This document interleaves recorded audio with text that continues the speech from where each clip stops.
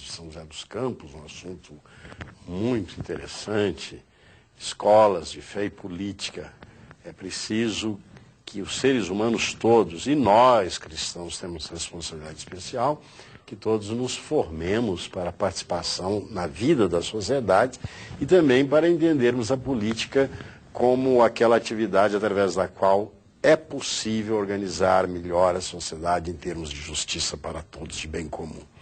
E, Padonim, você falava um pouco de Hobbes, Maquiavel, uma concepção um pouco pessimista do ser humano, e você dizia, mas a fé cristã acredita que Deus é criador e, portanto, nós, tal como saímos da mão de Deus, somos bons.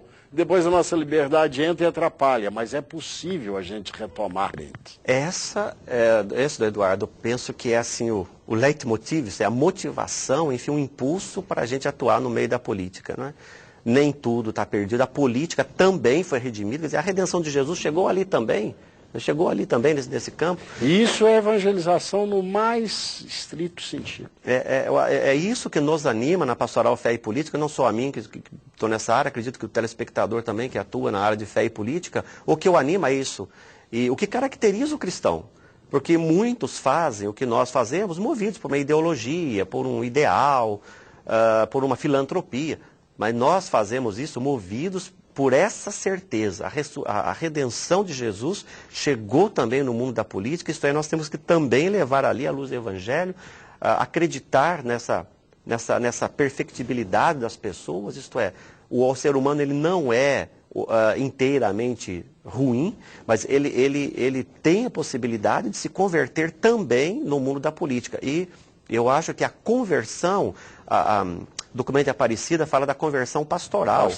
Eu diria que nós temos que ter ali uma conversão política, né? Então, levar essa luz ali para ajudar os nossos políticos e aqueles que estão militando. Estamos falando aqui especificamente da política partidária, né? Sem desmerecer as outras formas de militância.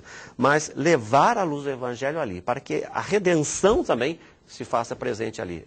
Esse é o nosso sonho. Isso tanto na atividade política como também na economia, né? Na economia, o famoso conflito entre capital e trabalho só pode ser resolvido se os que dirigem e investem e os trabalhadores formarem uma comunidade de pessoas e trabalharem em regime de comunhão, em compreensão mútua. É o evangelho na economia. Porque há também a ideia de que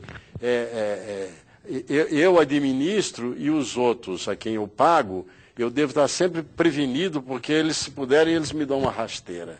Então, essa ideia de que o ser humano é mau e está sempre querendo tomar o lugar do outro, que é um princípio da filosofia de Hobbes, depois você disse que no Príncipe Maquiavel isso aparece muito forte, se eu parto desse pressuposto, eu não sou cristão, nem na economia, nem na política. Eu sou cristão na vida particular e na vida pública me inspiro em outra fonte, não no Evangelho. E acreditar no Evangelho exige conversão profunda. Conversão profunda. E eu olho a política um pouco como, já dizia lá o velho Aristóteles da política, como sendo uma ciência arquitetônica, né, lá na Ética Nicômaco. E ele coloca, então, realmente a política como sendo como uma ciência arquitetônica, que tem a missão de organizar a sociedade. Tomás de Aquino também vai a política é quase como expressão pública da ética. E Tomás de Aquino vai pela mesma linha, e aí chegamos ao 80ª Advênis e Paulo VI. Paulo VI diz, precisamos partir da economia para a política. Isto é, que Paulo VI já em 71 constatava que a economia estava tomando o lugar da política na organização da sociedade. Quer dizer, os interesses econômicos acabavam capturando, escravizando a ação política. Exato. Os interesses econômicos. Exatamente. Paulo VI faz essa constatação, que a primeira parte da 80ª Advência, é até bom se o telespectador tivesse a oportunidade de ler, especialmente quem está no mundo da política, lesse essa 80ª Advênia. A primeira parte da carta é um ver. Então ele constata isso, isto é, a economia na década de 70 estava ganhando espaço em cima da política. Ele diz que tem que ser o contrário. A política é que tem a missão de organizar a sociedade a partir dos interesses do bem comum. E não a economia, porque a economia se organiza para conseguir produzir o maior número de coisas a partir de recursos escassos. Então tem uma outra lógica a economia. Só que a lógica econômica estava predominando então na década de 70. Eu me pergunto se nesses 30 anos aí da 80ª de Vênice, se a política conseguiu recuperar esse terreno que havia perdido ou estava perdendo ali na década de 70. Isto é, a política é que tem a missão de organizar a vida em sociedade. Né? Tomás de Aquino vai dizer lá que a política é um pouco essa rainha, né, de todas as ciências, e que tem por mira o bem comum. Leão XIII, uma vez se referindo a essa questão do bem comum, ele diz, né, que se a política não busca e não visa o bem comum, ela é um simulacro de política, mas não é a política no sentido... Não é a política da cidade, né? Muito, muito importante isso, como Aristóteles é atual, como São Tomás de Aquino é atual, né? E Aristóteles insistia, preciso educar para a virtude desde criança. Desde criança, como é que ele pensou bem? Mas como você vai ter no futuro homens, cidadãos honestos, inclusive na política, se você prega a esperteza para as crianças e adolescentes? Faça o que você quiser, mas use camisinha. Quer dizer, pode parecer que não tem significação, mas tem significação no caráter da pessoa. Você cuide dos seus interesses, agora seja esperto. Né? E interessante a definição que Aristóteles dá de virtude, e depois Tomás vai retomar isso, né? Que é o meio termo entre dois extremos. Um por excesso e outro por deficiência. Então a virtus em médio est, né? A virtude... Por exemplo, a prudência, o meio termo. Nem indecisão, nem precipitação. Serenidade e firmeza. Ou a coragem. A coragem. Aristóteles cita... Trabalha a coragem. A coragem. De um lado você tem a bravura, de outro lado você tem a covardia. Mas a coragem é o meio termo entre esses dois extremos. Né? Então, acho que tem que ter essa sensibilidade de viver. E a Apostolica Actuositatem... Sobre os leigos. Sobre os leigos, do Vaticano II, o número 7...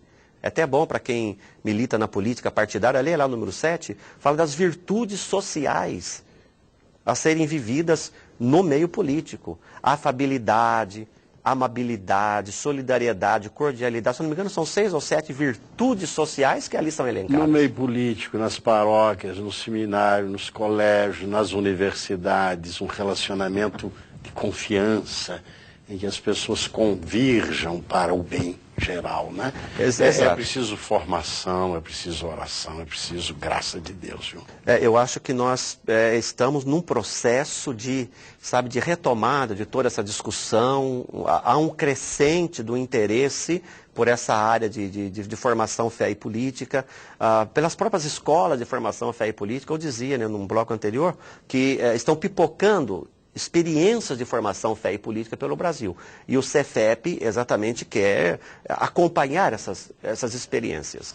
Às vezes as pessoas com ideia errada. A igreja quer fazer formação de fé e política para tomar o poder para ela. Não é isso.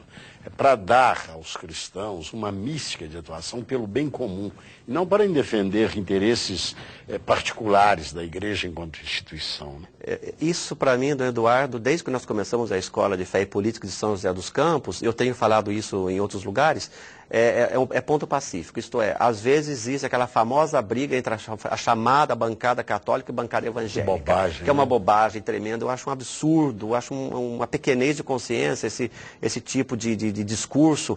Não, nós temos que formar mais católicos, os evangélicos... Estão tomando conta. Isso como aí, se fossem nossos inimigos, deveríamos estar todos unidos para o bem comum, né? Eu costumo dizer o seguinte, Eduardo, que a nossa escola, nós temos alunos ali, inclusive temos... No ano passado tivemos um que era pastor, estudava conosco, já tivemos espírita, kardecista, enfim, tivemos pessoas que não são católicos e que não são cristãos, inclusive. E para nós, eles se sentam conosco, porque nós não fazemos proselitismo, mas tomamos ali as dimensões éticas do evangelho, da pregação de Jesus, eles têm consciência disso e aceitam isso e convivem de boa conosco. E para nós interessam todos, não só os cristãos, mas também as pessoas de boa vontade que estão no mundo da política e querem e acreditam que o ser humano é bom, que é possível transformar a política, que é possível um mundo melhor. Queremos que todos esses se somem conosco e não ficarmos aí formando um gueto.